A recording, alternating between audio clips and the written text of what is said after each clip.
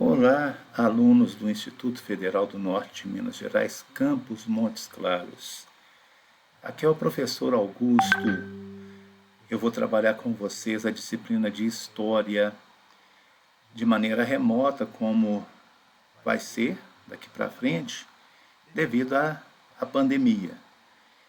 Nossa disciplina de História, ela vai ser trabalhada de forma virtual, através do envio de vídeos com explicação da matéria, com orientações gerais, momentos síncronos em que falaremos ao vivo, trocaremos interações através da internet e vamos utilizar a plataforma do Google Classroom.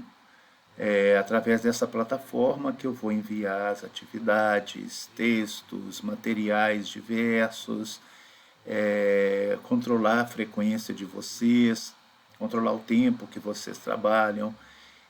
Enfim, a plataforma do Google Classroom é fundamental e essencial no nosso trabalho.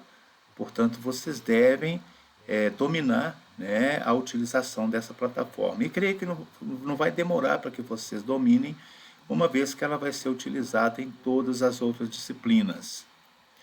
Temos também o recurso do Google Meet, né, um aplicativo que permite fazer reuniões, e através desse aplicativo nós podemos nos encontrar virtualmente para conversar, para tirar dúvidas e uma série de outras coisas.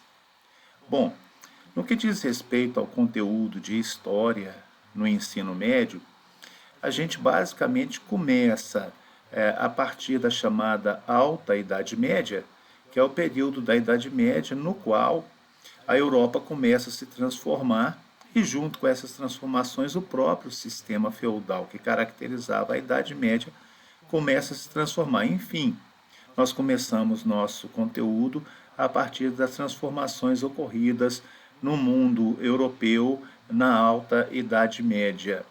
Essas transformações basicamente foram uma estabilização da vida social, política e econômica na Europa. Essa estabilização, por sua vez, permitiu o desenvolvimento do comércio e, junto com ele, o surgimento da burguesia e o desenvolvimento das cidades. Houve uma expansão econômica na Europa até o século XIV, e no século XIV nós temos um período de crise. A Europa regride e, no meio dessa crise, ocorrem mais transformações, e essas transformações vão culminar no que a gente chama de Idade Moderna, né, a fase da história dentro da qual nós temos o absolutismo monárquico, né, a reforma protestante, o renascimento cultural, o mercantilismo, a expansão marítima e comercial, a conquista e colonização das Américas e o Brasil colonial. São basicamente os itens da Idade Moderna. Alguns professores incluem também a transição da Idade Moderna para a Idade Contemporânea, ou o final da Idade Moderna, colocando no conteúdo do primeiro ano ainda itens como as revoluções burguesas da Inglaterra e da França, a Revolução Industrial, a crise do sistema colonial e as independências nas Américas. Então é um conteúdo relativamente grande, por isso, né, nós começamos na Alta Idade Média. Esse começar na Alta Idade Média diz respeito a o que eu chamo de conteúdo mineiro. Em Minas Gerais, tomando como referência os vestibulares para elaborar nosso conteúdo, os vestibulares começam as questões exatamente nesse final da Idade Média e início da Idade Moderna. A maioria começa até na Idade Moderna. Nós não temos tempo para voltar, então, na história antiga. Então, nós vamos suprimir do nosso conteúdo coisas como Grécia, Roma, Egito Antigo e o estudo das chamadas civilizações antigas, né? Então, nós vamos deixar isso de lado no ensino médio, porque nossa preocupação tem muito a ver com o vestibular e a gente precisa ser mais objetivo. Bom, então o primeiro ano vai trabalhar com o final da Idade Média e toda a Idade Moderna, incluindo dentro dela o Brasil colonial. O segundo ano já vai começar com o processo de independência do Brasil e talvez com o processo de independência na América Espanhola e na América Inglesa. E depois disso segue o Brasil monárquico, que é o chamado Brasil Império, durante todo o século XIX, e isso no que diz respeito à história do Brasil. O Brasil monárquico se encerra com a proclamação da República e também entra no segundo ano, então, o fim da monarquia, né, o fim do Brasil Império, e a primeira fase do período republicano brasileiro, que se inicia em 1889, com a proclamação da República, e segue até 1930 com a ascensão de Getúlio Vargas ao poder. Esse período é chamado de República Velha. Ele também vai fazer parte do conteúdo do segundo ano. E isso é em História do Brasil, porque tem também a parte do que vocês chamam de História Geral, que no segundo ano vai ser todo o século XIX. Então, basicamente, nós vamos estudar todos os ismos famosos que vocês tanto anseiam em saber. Então, vai ser liberalismo, vai ser socialismo, vai ser imperialismo, vai ser nacionalismo, as primeiras rebeliões liberais, até chegarmos na organização do movimento operário e o nascimento do socialismo. Isso vai no século XIX.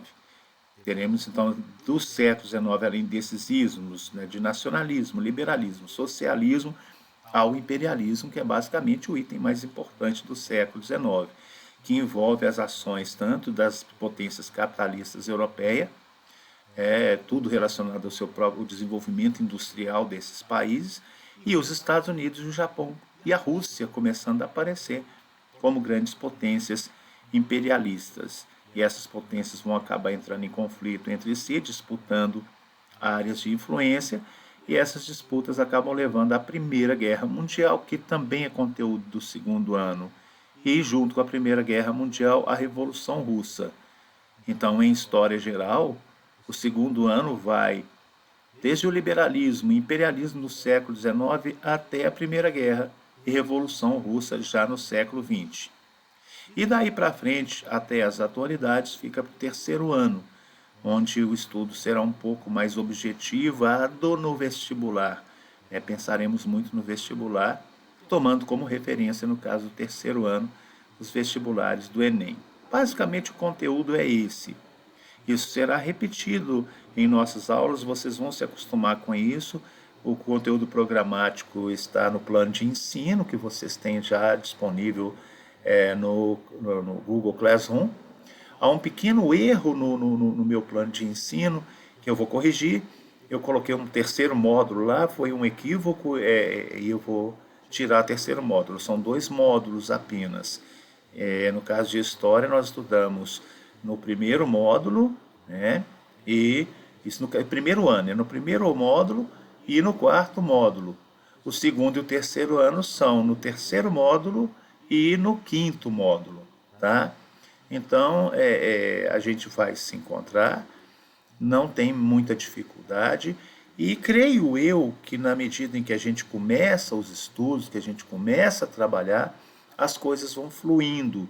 Vocês terão algumas dúvidas na primeira semana, na segunda semana. A partir da terceira semana, as coisas começam a fluir fluir com mais facilidade. Mesmo nós, professores, teremos algumas dificuldadezinhas nesses primeiros módulos. Os primeiros módulos, nas primeiras semanas. Mas nós também vamos pegando o ritmo, vamos entendendo os recursos que estão disponíveis, como vocês, vamos entendendo um pouco mais da questão dos vídeos, da questão dos áudios, da utilização de outros recursos, para tentar tornar o trabalho mais eficiente possível, certo? Não se preocupem, porque nós estamos pensando exatamente em vocês, em fazer dessa atividade remota o mais eficiente possível, o melhor possível, o melhor que pudermos fazer. Tá? Não vai ser apenas passar tempo, nós precisamos de fazer uma coisa de qualidade. E essa é a nossa intenção, certo? Então eu aguardo vocês, nossos encontros, né, a coordenação, a direção, a equipe que elaborou o projeto desse curso remoto, ela chamou os nossos encontros de momentos síncronos, que serão às quartas-feiras, vocês receberão os horários, E esses momentos são os momentos em que nós vamos interagir no tempo real, né, pela internet. Nesse momento vocês poderão tirar dúvidas, trazer sugestões, pedir explicações e uma série de outras coisas que forem possíveis no momento síncrono. E eu aguardo vocês para esse momento, que, como eu disse, é nas quartas-feiras. Então, até lá, até na próxima quarta e, no mais, bom dia e bom estudo para todos vocês.